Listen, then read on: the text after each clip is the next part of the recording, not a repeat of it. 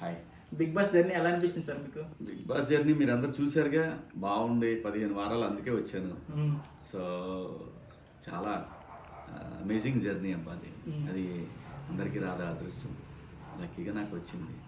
So వచ్చిన దాన్ని వదిలిపెట్టకుండా మీ అందరినీ ఎంటర్టైన్ చేశాను అనుకుంటున్నాను.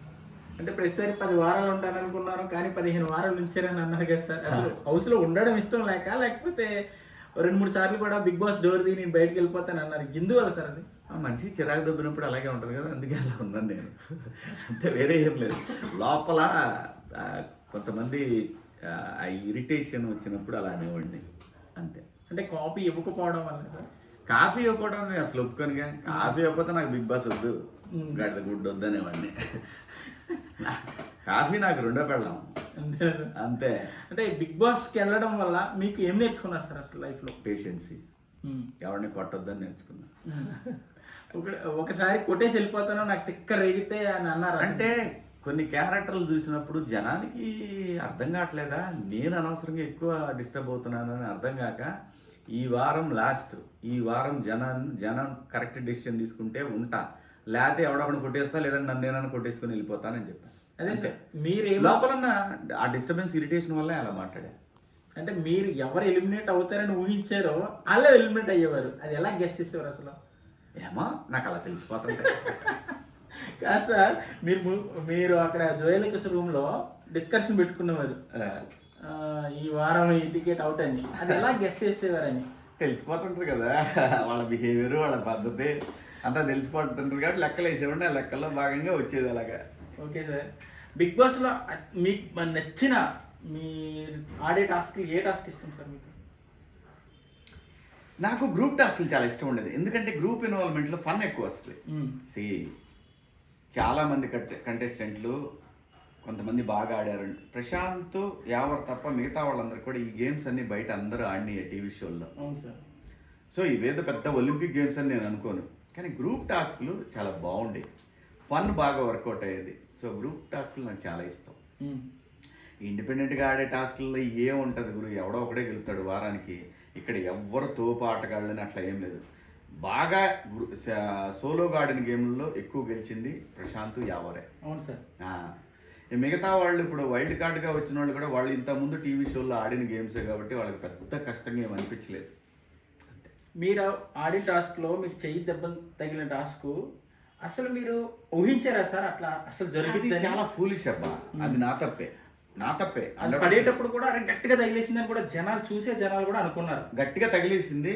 వాడే వెనకాల నుంచి ప్రశాంత్ అన్నా పోయే అంటున్నాడు. వాడు అన్నా పోయే అనేది ఏంటంటే నాకు బాగా కనెక్ట్ అయ్యేది. స్ట్రగుల్ అయ్యి వెళ్ళాను, అయినంత వరకు గేమ్ అయిపోయేంత వరకు మాత్రం ఆగలేదు. ఆగకుండా వాడు దాంతోనే ఆ గేమ్ తర్వాతనే వాడు హౌస్ మేట్ అయ్యాడు. అవును. అంటే మీరు తనకి త్యాగం చేసిన తర్వాతే ఆయన మీకు సరెండర్ అవ్వాడని బయట టాకు. లేదు, వాడు ఫస్ట్ వీక్ నుంచి సరెండర్ కాదు, నాకు కనెక్ట్ అయ్యాడు. వాడి ఆ పల్లెటూరి మనస్తత్వం అంతా, నేను పల్లెటూరు నుంచి వచ్చి నాకు తెలుసు. సో అలా కనెక్ట్ అయ్యాడు వాడు అంతే. ఒకానొక టైంలో సార్ యావర్ని, ప్రశాంత్ని వాడుకొని శివాజీ గారు విన్నర్ అవ్వాలని చూస్తున్నారని రూమర్స్ కూడా వచ్చింది. రూమర్సే కదా, నిజం కాదు. రూమర్స్ లానే తీసుకోవాలి మనం, నిజం అని ఎప్పుడు ఫీల్ అవ్వకూడదు. రూమర్స్ అనేది కొంతమంది ఉన్నదే రూమర్స్ క్రియేట్ చేయడానికి. సో దాని గురించి మనం పెద్ద పడుచుకునేవాడు కాదు.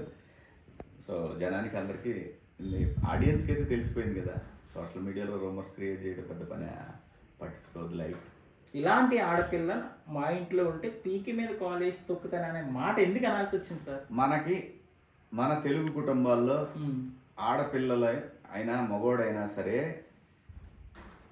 సాటి మనిషిని హింస పెడుతుంటే మన కుటుంబాల్లో అనకుండా ఎక్కడన్నా ఉందా? అవును సార్. అనిపించింది, నన్ను ఎందుకో విలన్ చేయాలని ట్రై చేశారు, కానీ ఆడియన్స్ మాత్రం హీరోని చేశారని నాకు అనిపించింది. ప్రతి ఇంట్లో ఒక శివన్న అనే పేరు మారు మోగింది సార్.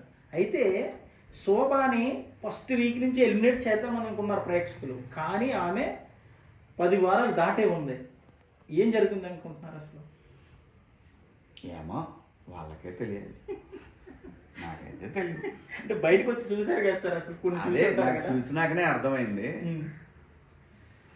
వాళ్ళకే తెలియదు, నాకు తెలియదు. బాగా ఇరిటేషన్ తెప్పించారు మీకు ప్రియాంక కానీ శోభ కానీ. చాలా అంటే చాలా ఇరిటేషన్ తెప్పించారు. వాళ్ళతో అసలు ఎందుకురా నాయన కొన్ని టైమ్స్లో కూడా వదిలేశారు మీరు అసలు పోరాడలేక సార్. అంటే లోపల నాకు ఏమనిపించేదంటే ఆడపిల్లలు మనం ఏం అనలేము, బాగోదు, మనకు కూడా ఆడపిల్లలు ఉన్నారు ఇళ్ళల్లో, వీళ్ళు ఇలా బిహేవ్ చేస్తున్నారు, మారతారులే అని అనుకున్నాను. సో ఏమో అలా అయిపోయింది. అంటే చిన్న రూమర్ కూడా వినబడింది సార్, అమర్దీప్ని కావాలని విన్నర్ చేయడానికి శివాజీ గారు అంటే ఎప్పుడు చూసినా అమర్దీప్ని టార్గెట్ చేస్తున్నారు అనేది కూడా వినబడింది. అది ఎడిటింగ్లో క్రియేట్ చేశారు వాళ్ళ చుట్టాలంటే ఏముంటుంది, నాకు సపోర్ట్ చేసేవాళ్ళు నా చుట్టాలు, వాడికి సపోర్ట్ చేసే వాళ్ళ చుట్టాలు, వాళ్ళు క్రియేట్ చేసుకునే. ఇద్దరు కమ్యూనిటీ ఒకటే కాబట్టి ఇలా కూడా ట్రై చేస్తున్నారు. ఐ డోంట్ కేర్, నేను కమ్యూనిటీలు తోలిపోయేవాడిని కాదు. అలా అయితే నా భార్య కూడా నా కమ్యూనిటీ అవ్వాలా, అవన్నీ నాకు అసలు నేను పడుచుకోను. అతని కమ్యూనిటీ ఏంటో అవన్నీ నేను ఆలోచించలేదు. ఏమో మా టీవీకే తెలియాలని నాకు తెలియదు. మీరు అన్ని సింగిల్ ఆన్సర్ చేస్తున్నారు సార్. అంతే మరి. ఓకే సార్, ప్రశాంత్ విషయంలో బయటకు వచ్చిన తర్వాత ఇంత పెద్ద ఇష్యూ జరిగింది. అప్పుడు దాకా కొన్ని ట్రోల్స్ కూడా వచ్చినాయి, 48 అవర్స్ శివాజీ పక్కన లేనందుకు వీడు ఇంత చేసాడా అని. ప్రశాంత్ చాలా మంచి పిల్లాడబ్బా. హౌస్ నుంచి బయటకు వచ్చి నాకు ఈ రోజు కూడా నాకు ఇంకా హౌస్ నా నుంచి బయటికి పోలేదు. సో వాడు నిద్ర లేదు. ఒక విన్నర్ టాప్ 2లో ఉన్నప్పుడు ఆ నైట్ నిద్ర కూడా పోయి ఉంటారు. వాడు బయటకు వచ్చిన తర్వాత ఇంతమంది జనాన్ని చూసి నా కోసం వచ్చారు కదా అనే దాంట్లో మిస్టేక్స్ జరిగినాయి, అంతేగాని కావాలని చేయటం అట్లా లేదు. చాలా చాలా డౌన్ టు ఎర్త్ ఉండే పిల్లగాడు. అది బ్యాడ్ లక్ అంటే. బయటకు వచ్చిన తర్వాత మీరు ఇంటికి వెళ్ళలేకపోయారు సార్, అంటే జైలుకి వెళ్ళినప్పుడు కానీ. ఎందుకు వెళ్ళాలి, మనం వెళ్తే ఏం కాదబ్బా. నాకు తెలుసు కాబట్టి, చట్టం నాకు తెలుసు కాబట్టి, ఏం జరుగుతుందో బెయిల్ ఇవన్నీ నాకు తెలుసు కాబట్టి, ఒకప్పుడు నన్ను ఇరికిచ్చున్నారు కాబట్టి, పొలిటికల్గా నన్ను ఇరికిచ్చున్నారు కాబట్టి కేసులో నాకు అవన్నీ తెలిసి ఏం జరుగుద్దో. నాకు వాళ్ళ ఫ్యామిలీ టచ్లో ఉంది, ఏం జరుగుతుంది, నెక్స్ట్ స్టెప్ ఏంటి అన్నీ మాట్లాడుతూనే ఉన్నాను. నేను పోయి కనపడి ప్రూవ్ చేసుకోవాల్సిన అవసరం నాకేంటి?